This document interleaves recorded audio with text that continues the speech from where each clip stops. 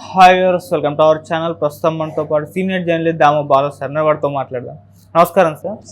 Sir, కుప్పంలో YCP మొత్తం కూడా ఖాళీ అయిపోయింది సార్. అందులో ఉన్న నేతలంతా కూడా టీడీపీలో జాయిన్ అయిపోయారు. ఆఫీస్ కూడా క్లోజ్ చేసేస్తున్నారంట. మరి ఎలక్షన్స్ కంటే ముందర వైనాడ్ కుప్పం అన్న వైసీపీ ఇప్పుడు అక్కడ ఆఫీస్ ఎత్తేయాల్సిన పరిస్థితి వచ్చింది సార్. మరి ఎందుకు అక్కడ ఈ పరిస్థితి క్రియేట్ అయింది? ఎవరెవరు టీడీపీలో జాయిన్ అయ్యారు సార్? మీరే చెప్తారు. నిన్న కుప్పం నుంచి చాలా మంది పెద్ద ఎత్తున అమరావతికి వచ్చి చంద్రబాబు సమక్షంలో 5 మంది కౌన్సిలర్లు, 14 మంది ఎంపీటీసీలు జాయిన్ అయ్యారు. మిగతా వాళ్ళు కూడా జాయిన్ అవ్వబోతున్నారని చెప్తున్నారు. అక్కడ ఆఫీస్ క్లోజ్ అంటే అర్థమైందంటే ఆఫీస్కి స్పేస్ ఇచ్చిన అతను, ఆ ఇల్లు ఆఫీస్ బిల్డింగ్ ఓనరు వాళ్ళని ఖాళీ చేసామన్నాడు. ఖాళీ చేసి అక్కడ అమరావతి హోటల్ పెడుతున్నానని ఒక బ్యానర్ కూడా కట్టాడు. అంటే వైసీపీ ఆఫీసులోనే ఇప్పుడు అమరావతి హోటల్ వస్తుంది. సో అది ఇంకా హర్టింగ్గా ఉంది. అంటే కావాలనే అమరావతి పేరు పెట్టినట్టుగా కూడా మనకు అర్థమవుతుంది. సో ఒకప్పుడు ఆయన ఆఫీసు బిల్డింగ్ ఓనరు చాలా స్ట్రాంగ్ వైసీపీ అని చెప్తున్నారు. ఇవాళ ఆయన యాంటీగా మారిపోయాడు. సో ఇప్పుడు దీన్ని తెలుగుదేశం వాళ్ళు పెద్ద ఎత్తున ప్రచారం చేస్తున్నారు. వైనాట్ 175 వైనాట్ కుప్పం అని బీరాలంతా పలికాడు జగన్. ఇప్పుడు అదే కుప్పంలో వైసీపీ అనేది లేకుండా పోయింది. సో భరత్ అని అతను కనిపించట్లేదు. వైసీపీకి అసలు అక్కడ కుప్పంలో ఇన్ఛార్జ్ కూడా లేని పరిస్థితి. భువనేశ్వరి చాలా స్ట్రాంగ్, ఆమె రెగ్యులర్గా అక్కడికి వెళ్తూ గ్రౌండ్ వర్క్ బ్రహ్మాండంగా చేసింది. ఆ ఫలితమే ఇప్పుడు అందరూ వచ్చేస్తున్నారు అంటున్నారు. కానీ మామూలుగా చూస్తే ఏ పార్టీ అధికారంలోకి ఉన్నా కింది స్థాయి నాయకులు ఎవరు కూడా ఆ పార్టీలో ఉండే పరిస్థితి ఉండదు, జంప్ చేస్తారు ఆటోమేటిక్. వైసీపీ అధికారంలో ఉన్నప్పుడు కూడా కుప్పంలో తెలుగుదేశం ఏమీ లేదు, ఖాళీ అయిపోయింది, ఇట్లాగే వచ్చింది అప్పుడు కూడా. ఎందుకంటే స్థానిక ఎన్నికలంతా కూడా తెలుగుదేశం చిత్తుగా ఓడిపోయింది. మరి మళ్ళీ ఎట్లా గెలిచాడు అక్కడ చంద్రబాబు? అంటే క్లియర్గా ఏంటంటే ప్రజలు కానీ నాయకులు కానీ ఎలా ఆలోచిస్తారంటే గెలిచిన పార్టీలో ఉంటే బెటరు. 2 రకాలుగా వాళ్ళకి ప్రయోజనాలు ఉంటాయి గెలిచిన పార్టీలో. ఒకటి, తమ మీద కేసులు కానీ హరాస్మెంట్ కానీ ఇంకోటి ఉండదు, తమకి వ్యక్తిగతంగా కూడా కొంత సంపాదించుకోవచ్చు. 2, తమ నియోజకవర్గం కావచ్చు, తమ మండలం కావచ్చు, ఏరియా కావచ్చు, దీని డెవలప్మెంట్కి ఫండ్స్ అనేవి రిలీజ్ అవుతాయి. నువ్వు ప్రతిపక్షంలో ఉంటే ఫండ్సే రిలీజ్ కావు. జగన్ ఉన్నప్పుడు తెలుగుదేశం ఎమ్మెల్యేలకి వాళ్ళకి ఫండ్సే రిలీజ్ కాలేదు. సో అందువల్ల ఆ ఏరియాలో వాళ్ళు అభివృద్ధి చేయలేదు కాబట్టి ఆటోమేటిక్గా జనాలకి ఆయన మీదనే కదా నెగిటివ్ వస్తుంది. ఆయన కావచ్చు, ఆమె కావచ్చు, ఆ పర్సన్ మీదనే నెగిటివ్ వస్తుంది. మన ఎమ్మెల్యే ఏమి చేశాడు మనకి అన్నది వస్తుంది. ఏమి చేయలేదంటే ఫండ్స్ రావు, ఇవ్వడు. దానికోసం ఏం చేస్తారంటే ఈ 2 కారణాలతో, ఒకటి వ్యక్తిగత కారణాలు, ఒకటి అభివృద్ధికి సంబంధించి. ఇది కూడా అగైన్ మళ్ళీ వ్యక్తిగత కారణమే ఫైనల్గా, ఎందుకంటే తన గ్రోత్కి అది అడ్డుగా మారిపోతుంది. అందుకని వీలైనంత వరకు వాళ్ళు ఏం చేస్తారంటే అధికార పక్షంలోకి వెళ్ళిపోదాం అనేది ఆలోచిస్తారు. అన్నీ తట్టుకొని అన్ని బాధలు భరించి ఉండే ఒక పార్టీ లాయల్టీ అనేది ఇవాళ ఎవరికి లేదు. ఏ కొద్ది మందికో తప్ప పార్టీ లాయల్టీ అనేది లేదు. కుదరక అటుపక్క పోలేక ఉంటారు తప్ప కుదిరితే వెళ్ళిపోతారు అందరూ. ఇప్పుడు వైసీపీ వాళ్ళకి కూడా తెలుగుదేశం గేట్లు తెరిస్తే చాలామంది పెద్దవాళ్ళు కూడా వెళ్ళిపోతారు. కానీ తెలుగుదేశం గేట్లు తెరవలేదు. ఎందుకంటే ఇప్పటికిప్పుడు వస్తే ఉన్న వాళ్ళకే మనం ఏమి చేయలేకపోతున్నాం, మళ్ళీ ఇబ్బందులు అవుతాయి, ఎందుకు వాళ్ళని రావడం. 2వది, కేసులు ఉన్న వాళ్ళంతా ముందు వచ్చేస్తారు, మళ్ళీ అది మనకు బ్యాడ్ నేమ్ వస్తుందని సైలెంట్గా ఉన్నారు. కొంత ఎలక్షన్ ముందు ఓపెన్ చేస్తారు వాళ్ళు కూడా గేట్లు ఓపెన్ చేసినప్పుడు వైసీపీలో నుంచి పొలవమని వెళ్ళిపోతారు. కాబట్టి ఇవన్నీ కామనే. వీటన్నిటినీ ఫేస్ చేయాలా ఎవరైనా కూడా, ప్రతిపక్షాలు. ఇప్పుడు మన బీజేపీ కూడా 10 ఏళ్ళు పరిపాలించినప్పుడు ఇవన్నిటినీ చూసుకొని తొక్కేసింది ఎక్కడికక్కడ.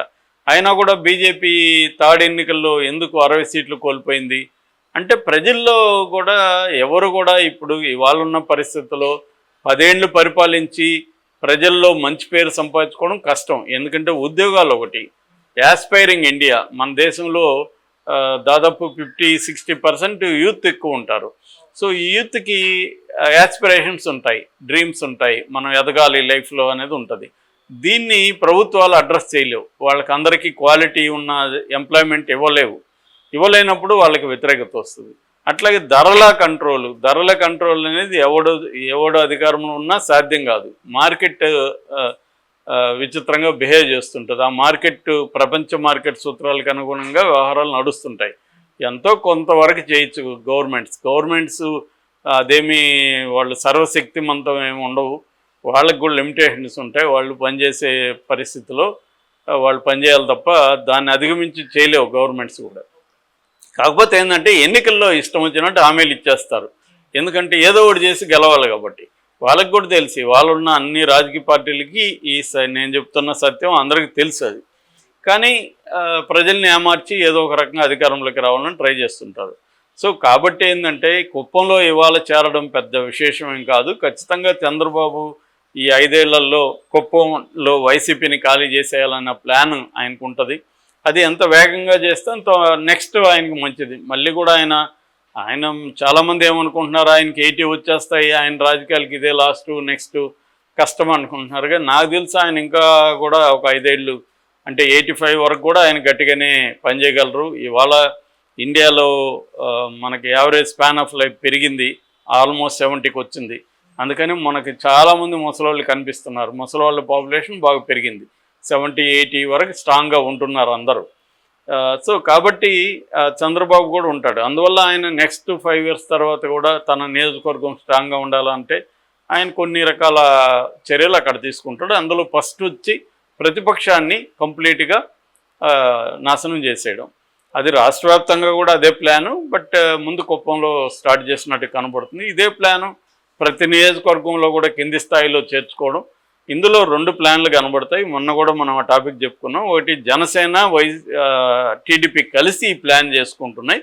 అంటే కింది మండల లేకపోతే జిల్లా మండల ఈ గ్రామ స్థాయిలో కొంతమందినేమో మరీ కింది స్థాయిలో ఉంటే జనసేనలకి, కొద్దిగా పై స్థాయిలో ఉన్న వాళ్ళని టీడీపీలోకి ఇలా చేర్చుకోవడంలో టీడీపీ జనసేన 2 కూడా స్ట్రెంగ్తన్ అవుతాయి. వైసీపీ ఆ మేరకు వీక్ అయిపోతుంది. నెక్స్ట్ వచ్చే స్థానిక ఎన్నికల్లో వైసీపీని చిత్తుగా ఓడించేయాలి. సో వైసీపీ అనేది ఉనికిలో లేకుండా పోతే ఇప్పుడు 40% ఓట్ షేర్ జగన్కు ఉంది. దాన్ని దెబ్బ కొట్టేసేయాలి. దాన్ని 30కో 20కో తీసుకురావాలి.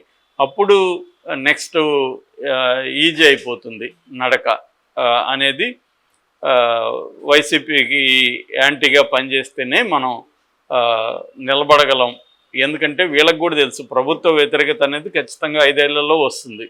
ఎందుకంటే వీళ్ళ హామీలను నెరవేర్చలేరు. వీళ్ళన్న సంపద సృష్టి అంతా కూడా అంత ఈజీ కాదు.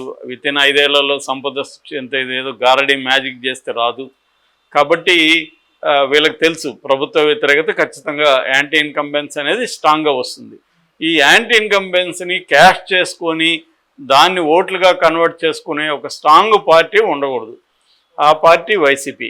ఆ పార్టీని దెబ్బ కొట్టేస్తే మనకి యాంటీ ఇన్కంబెన్స్ ఉన్న విధి లేని పరిస్థితిలో మళ్ళీ మనకే ఓట్లేస్తారు. ఇది చంద్రబాబుకు ఉండే ఒక స్ట్రాటజీ. దీన్ని అమలు చేయడానికి కుప్పం నుంచి ఆయన మొదలుపెట్టాడు. కుప్పంలో సక్సెస్ అయ్యాడు.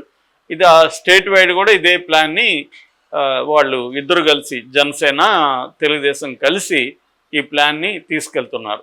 అంటే జనసేన కూడా వ్యవస్థాగతంగా చూసుకున్నప్పుడు బలహీనంగా ఉంది, నిర్మాణాలు లేవు. దాన్ని కూడా ఇప్పుడు డెవలప్ చేసుకోవాలి. ఇప్పుడు ఏంటంటే చంద్రబాబుతో కలవడం వల్లనే జనసేన 100% స్ట్రైక్ రేట్ కొట్టగలిగింది. కానీ ఇండిపెండెంట్గా కొడుతుందా అంటే డౌట్ ఇప్పటికీ. సో అప్పుడు ఏంటంటే తెలుగుదేశం వాళ్ళు కూడా యాంటీగా పనిచేశారంటే కష్టం. సో ఒకవేళ రేపొద్దున మనం కానీ బలహీనంగా ఉంటే చంద్రబాబు కూడా రేపు ఇప్పుడు అవసరం కాబట్టి పెట్టుకున్నాడు, రేపు సొంతంగా మనకే అధికారం వస్తుంది అనుకుంటే పవన్ కళ్యాణ్తో ఎందుకు షేర్ చేసుకుంటారు రేపొద్దున? So Pawan Kalyan CM post competition, ఎప్పటికైనా కాంపిటీషన్ లోకేష్కి. కాబట్టి పవన్ కళ్యాణ్ని ఎదగనీయకుండా చూసుకోవాలనేది కూడా చంద్రబాబు ప్లాన్ ఉంటుంది ఖచ్చితంగా. సో ఈ క్రమంలో ఫస్ట్ ఇప్పుడు టార్గెట్ అయితే జగన్ని దెబ్బ కొట్టి 2029లో మళ్ళీ చంద్రబాబు సీఎం కావాలనేది చంద్రబాబుకు ఉండే స్ట్రాటజీ, గోలు ఏదైనా. సో దీనికోసం కుప్పంలో కూడా అదే చేసుకుంటున్నారు. కుప్పంలో కంప్లీట్గా వైసీపీ లేకుండా వైసీపీ ఆఫీస్ కూడా అమరావతి హోటల్గా మారిపోయింది. కౌన్సిలర్లు, అక్కడ ఉన్న ఎంపీటీసీలు అందరూ కూడా వచ్చి తెలుగుదేశంలో జాయిన్ అయిపోతారు. ఇది ఖచ్చితంగా జగన్కి గడ్డుకాలమే. దీన్ని ఫేస్ చేయాలి, తప్పదు. అంటే ఒక్కోసారి ఏంటంటే నిలబడి ఉండాలి. అలాగే నిలబడి ఉన్నప్పుడు వ్యతిరేకంగా కూటమికి వ్యతిరేకమైన భావాలు లేకపోతే అభిప్రాయం జనాల్లో వచ్చినప్పుడు దాన్ని తాము క్యాష్ చేసుకునేదానికి రెడీగా సిద్ధంగా ఉండాలి. Okay sir, thank you so much sir.